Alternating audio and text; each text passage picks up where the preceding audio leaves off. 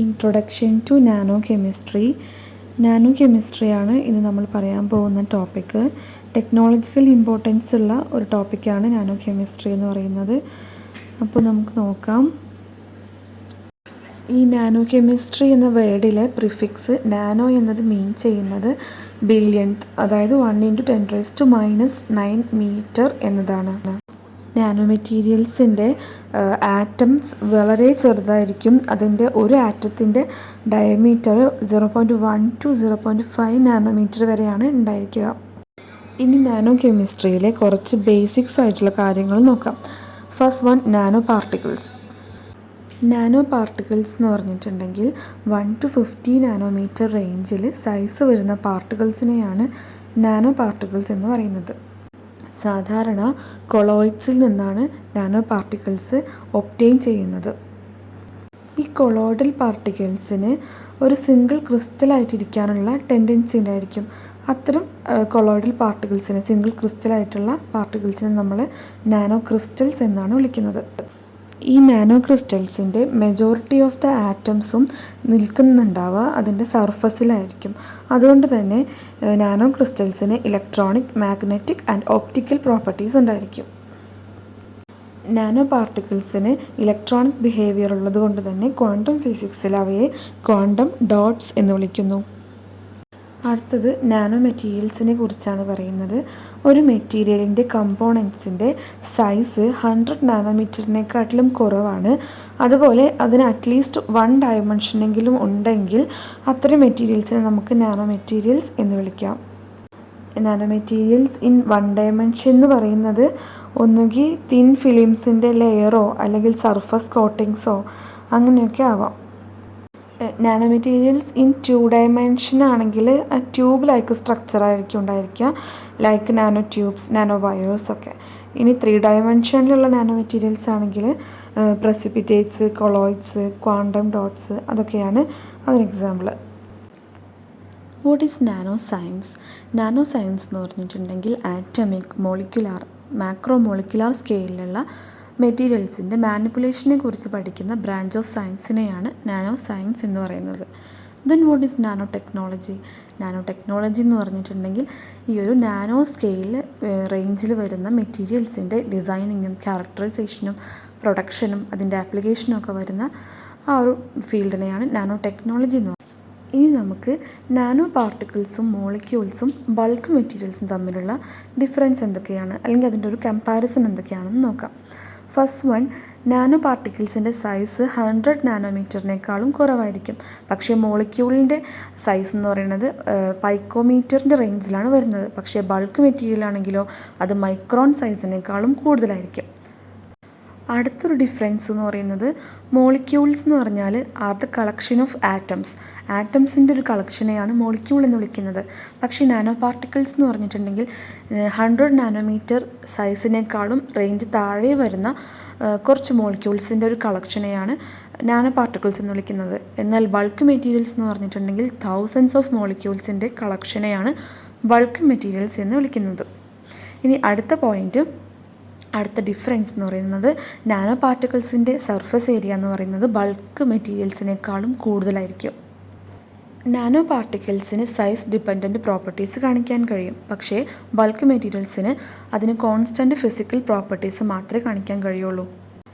Bulk മെറ്റീരിയൽസിനേക്കാളും corrosion resistant properties nano മെറ്റീരിയൽസിന് ഉണ്ടായിരിക്കും. അതുപോലെ നമുക്കറിയാം, നമ്മുടെ കണ്ണുകൊണ്ട് കാണാൻ പറ്റുന്നതിൽ ഏറ്റവും ചെറിയ പാർട്ടിക്കിൾസാണ് ഈ നാനോ പാർട്ടിക്കിൾസ് എന്ന് പറയുന്നത്. അതിൻ്റെ ഈ ഒരു സൈസ്, ഇത്രയും ചെറിയ സൈസ് കാരണം അതിന് അൺഎക്സ്പെക്റ്റഡ് ആയിട്ടുള്ള ഓപ്റ്റിക്കൽ പ്രോപ്പർട്ടീസ് കാണിക്കുന്നുണ്ട്. Some examples are given below. Gold particles, gold nano പാർട്ടിക്കിൾസിന് ഡീപ്പ് റെഡ് ടു ബ്ലാക്ക് കളറായിരിക്കും സൊല്യൂഷനിൽ ഉണ്ടായിരിക്കുക.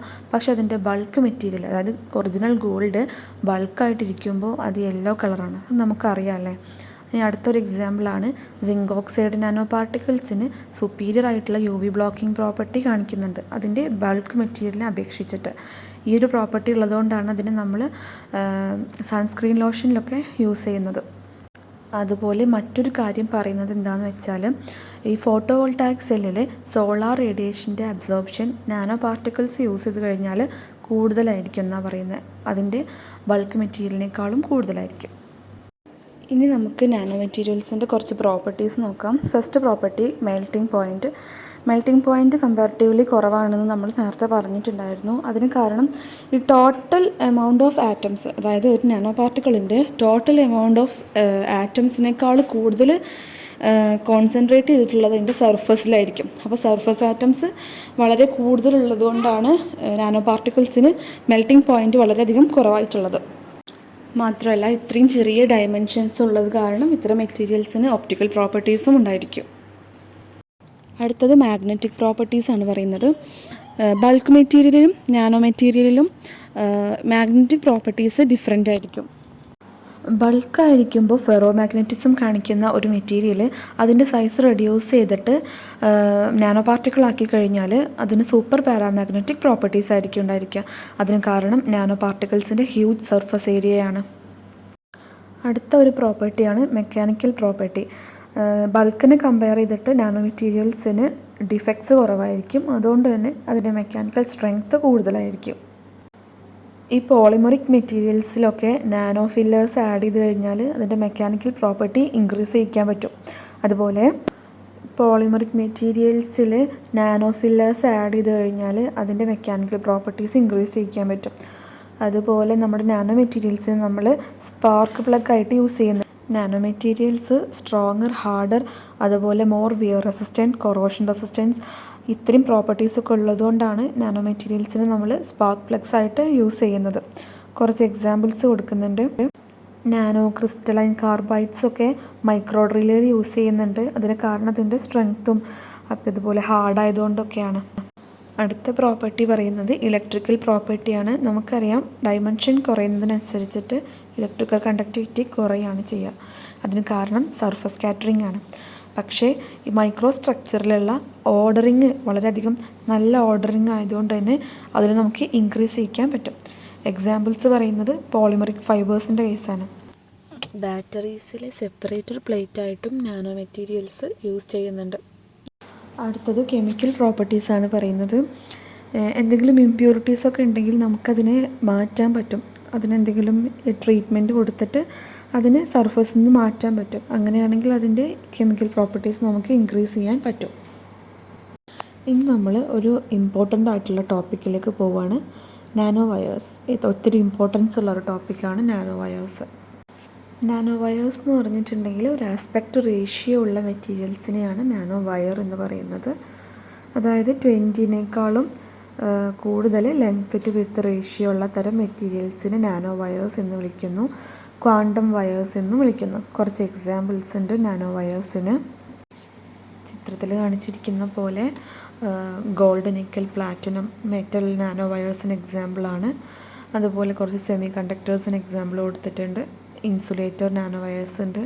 മോളിക്കുലാർ നാനോ വയർ, അതായത് നമ്മുടെ DNA. നമുക്കറിയാം നമ്മുടെ DNA എന്ന് പറയുന്നത് ശരിക്കും ഒരു നാനോ വയർ പോലെ തന്നെയാണല്ലേ. ഇനി നാനോ വയേഴ്സിന് കുറച്ച് ക്യാരക്ടറിസ്റ്റിക്സ് നോക്കാം. Nano wires are one dimensional.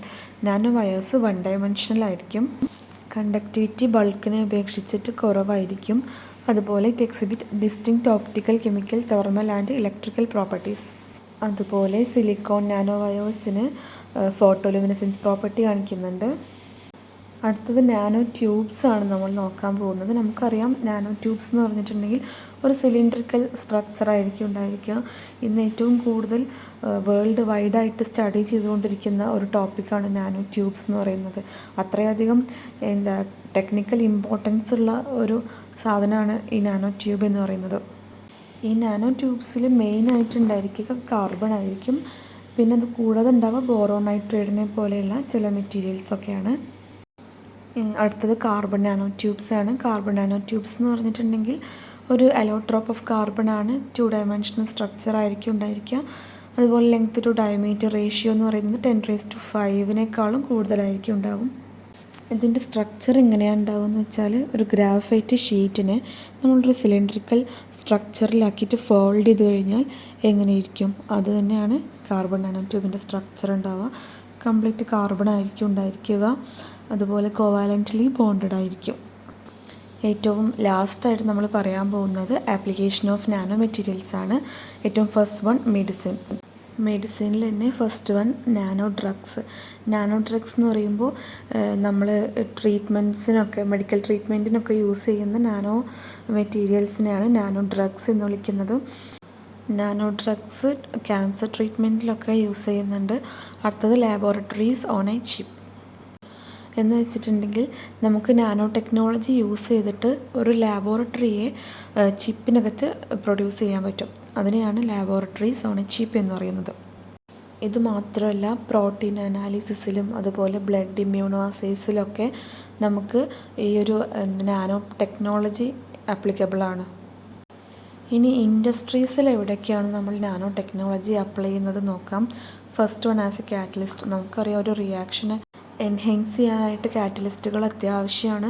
അതുകൊണ്ട് തന്നെ നമുക്ക് നാനോ പാർട്ടിക്കിൾസിനെ ഈ ഒരു ഇൻഡസ്ട്രിയിൽ കെമിക്കൽ പ്രൊഡക്ഷൻ്റെ ഒക്കെ ഇൻഡസ്ട്രിയിൽ നമുക്ക് യൂസ് ചെയ്യാവുന്നതാണ്. അതിന് എക്സാമ്പിൾ കൊടുത്തിട്ടുള്ളത് ഗോൾഡ് നാനോ പാർട്ടിക്കിൾസ് ആണ്. ഗോൾഡ് നാനോ പാർട്ടിക്കിൾസിന് എക്സലൻറ്റ് കാറ്റലിറ്റിക് പ്രോപ്പർട്ടി ഉണ്ട്. പക്ഷെ അത് ബൾക്കായിരിക്കുമ്പോൾ ഗോൾഡ് കെമിക്കലി ഇനേർട്ടാണ്. അപ്പോൾ ഇത്രയാണ് നാനോ കെമിസ്ട്രിയെ കുറിച്ച് ഇൻട്രൊഡക്ഷൻ ആയിട്ട് പറയാനുള്ളത്. എനിവേ വീഡിയോ കണ്ടതിന് താങ്ക് യു.